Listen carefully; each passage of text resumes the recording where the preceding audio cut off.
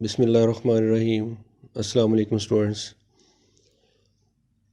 अच्छा, last videos में हमने डबल एंट्री काउंटिंग सिस्टम क्या होता है वो देखा, इसके एडवांटेजेस क्या हैं उनको देखा और डिसएडवांटेजेस को देखा। उसमें जिक्र लास्ट टाइम भी आया था, लास्ट लेक्चर में, सिंगल एंट्री सिस्टम। आज हम देखते हैं कि सिंगल एंट्री सिस्टम क्या होता है। चलिए स्टार्ट करते हैं। Single entry system. अच्छा, सिंगल एंट्री का नाम सुनते ही कुछ दोस्तों के ज़हन में ये बात आ जाती है कि शायद ये कोई ऐसा सिस्टम है जिसमें सिर्फ एक एंट्री पास होती है या एंट्री का एक पहलू देखा जाता है। ऐसी कोई बात नहीं है कि सिंगल एंट्री सिस्टम में एंट्री का एक ही पहलू देखा जाता है। मैं थोड़ा सा एक्सप्लेन आपको कर देता हूँ, फिर हम डेफिनेशन की तरफ आते हैं।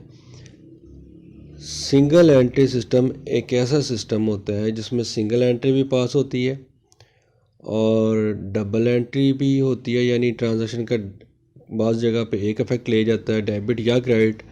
बाज़ जगह पे दोनों इफ़ेक्ट होते हैं इसके, डेबिट भी और क्रेडिट भी, और कुछ एंट्रीज़ इग्नोर कर दी जाती हैं। इस तरह का जो सिस्टम होता है उसको हम कहते हैं कि ये सिंगल एंट्री सिस्टम है। यानी ये एक ऐसा सिस्टम होता है जो डबल एंट्री के सिस्टम की तरह प्रॉपर सिस्टम नहीं होता। चले अब डेफिनेशन की तरफ आ जाते हैं। It is not a system in which only one aspect of transaction is recorded, but it is a system that does not observe any systematic rules। यानी कि ये ऐसा सिस्टम नहीं है कि जिसमें सिर्फ आप कहें कि जी अकाउंटिंग ट्रांजैक्शन का सिर्फ एक पहलू रिकॉर्ड किया जाता है, बल्कि ये ऐसा सिस्टम है जिसके रूल्स को रेगुलेशन प्रॉपर नहीं है।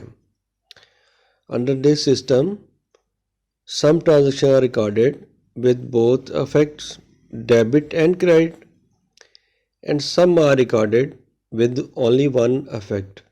वो क्या है? डेबिट हो सकता है या क्रेडिट हो सकता है। While some others are not recorded at all। यानी कुछ ऐसी ट्रांजैक्शन भी है जिनको हम रिकॉर्ड ही नहीं करते सिंगल एंट्री सिस्टम में। वो डबल एंट्री सिस्टम में तो रिकॉर्ड होती है, लेकिन सिंगल एंट्री सिस्टम में वो ट्रांजैक्शन रिकॉर्ड ही नहीं होती। We can say that a single entry system is that which is not double entry system। हम ये भी कह सकते हैं कि सिंगल एंट्री सिस्टम एक ऐसा सिस्टम है जो कि डबल एंट्री सिस्टम नहीं है। अब देखिए, सिंगल एंट्री सिस्टम में अक्सर जो है कुछ ट्रांजैक्शन जो है वो सिंगल ही कार्ड, उनका एक इफेक्ट ही होता है। कैश रिसीव किया, कैश में ले लिया, चेक रिसीव किया, बैंक में पैसे आ गए। लेकिन कोई सपोज एक्सपेंस हुआ आपका, तो सिर्फ आपने एक्सपेंस की वो अपना कैश लेस कर दिया आपका, क्योंकि ज़्यादा इसमें कैश लेजर ही बनता है या पर्सनल अकाउंट बनता है उसका ओनर का। लेकिन बाज़ दफ़ा ये भी होता है सिंगल एंट्री सिस्टम में कि आपने लोगों को उधार चीज़ें दी होती हैं। जब उधार देते हो तो आपने कस्टमर का खाता भी बनाना है। यानी जब कस्टमर का अकाउंट बनता है और आपने चीज़ उधार दी होती है, तो जब आपका कस्टमर आपको पैसे देता है तो फिर आप दो जगह पर रिकॉर्ड करते हो। एक अपने कैश अकाउंट को डेबिट करते हो और दूसरा अपने कस्टमर को क्रेडिट करते हो।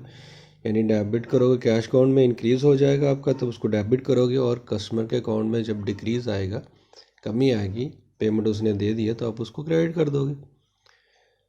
और उसके अलावा ये बात हमने डिस्कस की थी कि some transaction are not recorded at all, यानी वो सिरे से रिकॉर्ड ही नहीं की जाती।